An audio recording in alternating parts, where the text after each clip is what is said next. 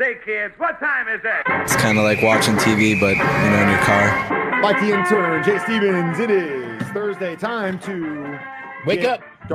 Dark-sided on Dark Side of the Stream. This one is episode 185. Jay's pick this week. It was a documentary series you can watch on Hulu. Finally, one where people weren't messing with kids. No kids involved, no weird deaths. Just a crazy story. Crazy story. Involving the eggplant man. A contestant in Japan. Now, before we get into this, I got to tell you, I did spend about a month in Japan.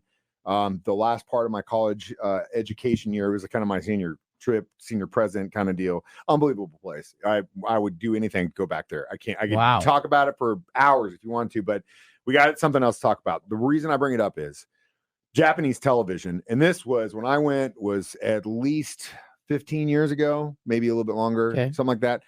Dude, it was, bro. Japanani's television is insane. It's just so much. Seems like they have a little looser rules. It feels they can go. Well, that's the weird thing is they yes and no. Like this stuff is fine, no big deal. Down below stuff, no. And that's where this guy got the name Eggplant, by the way, is because they had that's where the eggplant emoji came from. The whole this guy supposedly, wow. Yes, that's where this came from. And we're talking about a guy who goes by the name Nasubi, which is translation as eggplant in Japanese. He was the contestant for the TV show Susunu Denpa Shonen. And it was basically a TV show where this guy was challenged to enter a mail-in sweepstakes until he won $1,008,000 in total. Yeah. While he wasn't wearing any clothes. Yeah. And he literally couldn't leave his apartment. Naked in one room, and you had to only survive on what you could win by mail order prizes. Which, by the way, in Japan, it's a big deal. There's mail-in sweepstakes all the time. Now, it's obviously like text in and QR codes and stuff, but at the time, this is a pretty big deal. We're talking food, clothes, everything. You have to survive only on winnings. That's all he's going to do. Wow. And he couldn't get out until he hit 8,000 in winnings. Would you sign up for this? Not at all. No way. Even if you weren't Jay Stevens, if you're just some dude, right? You're just like some guy. I'm not going to do that. And you were like, you know what? This might be my chance to get. I got too much stuff to do, dude. You wouldn't. No, I'm not going to try to survive on no family, no food. girl, nothing. It's just you. You're just a guy. No, I'm not going to survive in an apartment on dog food. No. I do it all day. I actually, at one point, they wanted me to go sit in a cave and broadcast for like the longest time. We actually went as far as getting a hold of Guinness Book World Records to see if it was possible. Why don't we do it? It was too much money involved. Like you had to pay the Guinness judges. Like, I mean, we're talking like 5 figures here. It was like a big, like to get it legitimized through Guinness. Like it had to be done this certain way. And we went far to see if it was possible. I was all about it. And I had a kid at the time. I was like, would you be cool with this? And we figured it out and how it would work. And like, I was ready to go down that road because, you got one chance in life. Why the hell not? All right. That's why I do all the things I do. All right.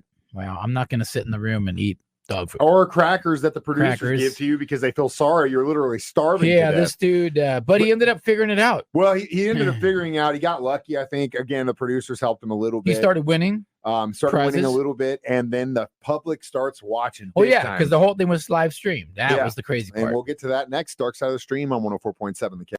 Mike the Intern, Jay Stevens back in the studio. Dark Side of the Stream, episode 185, The Contestant. So this guy takes on a challenge to basically live off of everything he wins. Only through a year.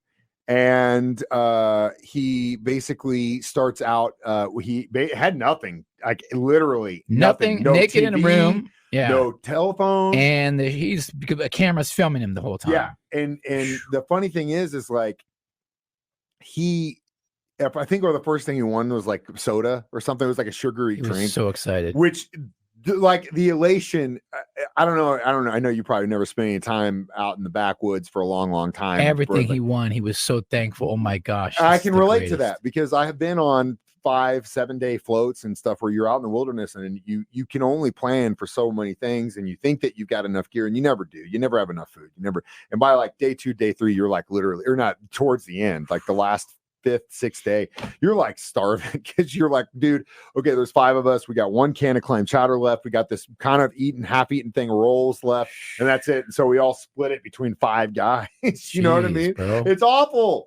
But like, again, we did that to ourselves, just like this guy did. And just, it is what it is. But I thought it was funny that really the only thing that he could keep himself company was the magazines that he was trying to win sweepstakes from in the beginning. Good. It's so good. It was an interesting experiment. Obviously, we talked about the eggplant, and that was one of those things that at first they really thought he was going to starve to death. And so the production crew started giving him crackers. He ends up winning movie tickets, a bicycle, which was pretty cool. He won a lot of stuff. He won a TV set eventually because what was funny though, he couldn't hook it up because he only got the set, so he didn't have a cable or a tin to hook up, so it just sat there. He was so animated too, like his facial expressions. He was the perfect guy for this role. Yeah, he literally was like it couldn't have been more perfect. Eventually, it gets so popular in Japan that they their people are camped outside of his apartment. He still doesn't really know. He doesn't know how popular this is. He doesn't know he's on TV like this. That was part of the reason the producers didn't want him to have a TV, because they were afraid that if he was able to figure that out, that it would have changed everything. So we'll talk about what they did to combat that next. And it was pretty damn smart, in my opinion. On Dark Side of the Stream on 104.7. Mike, the intern, Jay Stevens, back in the studio one more time. It is Dark Side of the Stream, episode 185, The Contestant. So this becomes a very, very popular thing in Japan. So much so that paparazzi... Even worldwide, right? They figure out where his flat is. And so he's got press, fans, paparazzi. They're all just sitting and he has no clue. He has no clue. Nobody's watching him. Of his house this whole time. He's famous and he has no clue. So eventually he... They got to move him. They figure out, like, we can't keep this going because eventually someone's going to break in and do something. So they blindfold him and they take him to another space. And he kind of wins a couple more things. He gets a VCR. He ends up winning a set of 4 car tires, which was getting him close to his goal. That was probably one of the biggest wins that he had that helped him big time.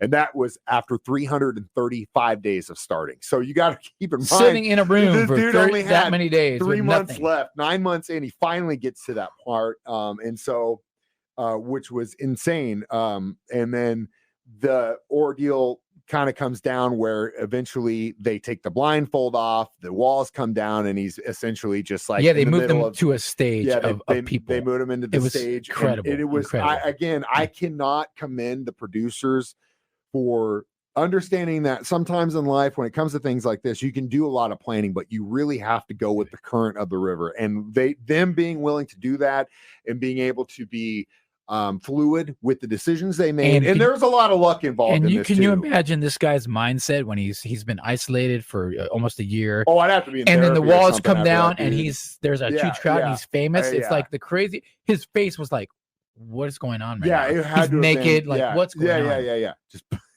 completely naked for a year. I love it. But again, there was a lot of luck involved. We can't discredit the fact that there was luck involved. But we also, I mean, God love this guy. Eggplant, if you're listening, man, you're a tough dude. And I mean, we're not saying that you went to a war or you saved a bunch of kids from a burning building, but he's a survivalist, dude. Being able to sit in a room by yourself for a year takes a lot of mental strength that I think a lot of people don't have. And he did it. And now he's, just a cool dude. He took the opportunity and ran with it. Yeah. And he's, he does speaking engagements, helps people from catastrophes. Yeah. Right. Yeah. He actually scaled Mount Everest. Yeah. Which is insane.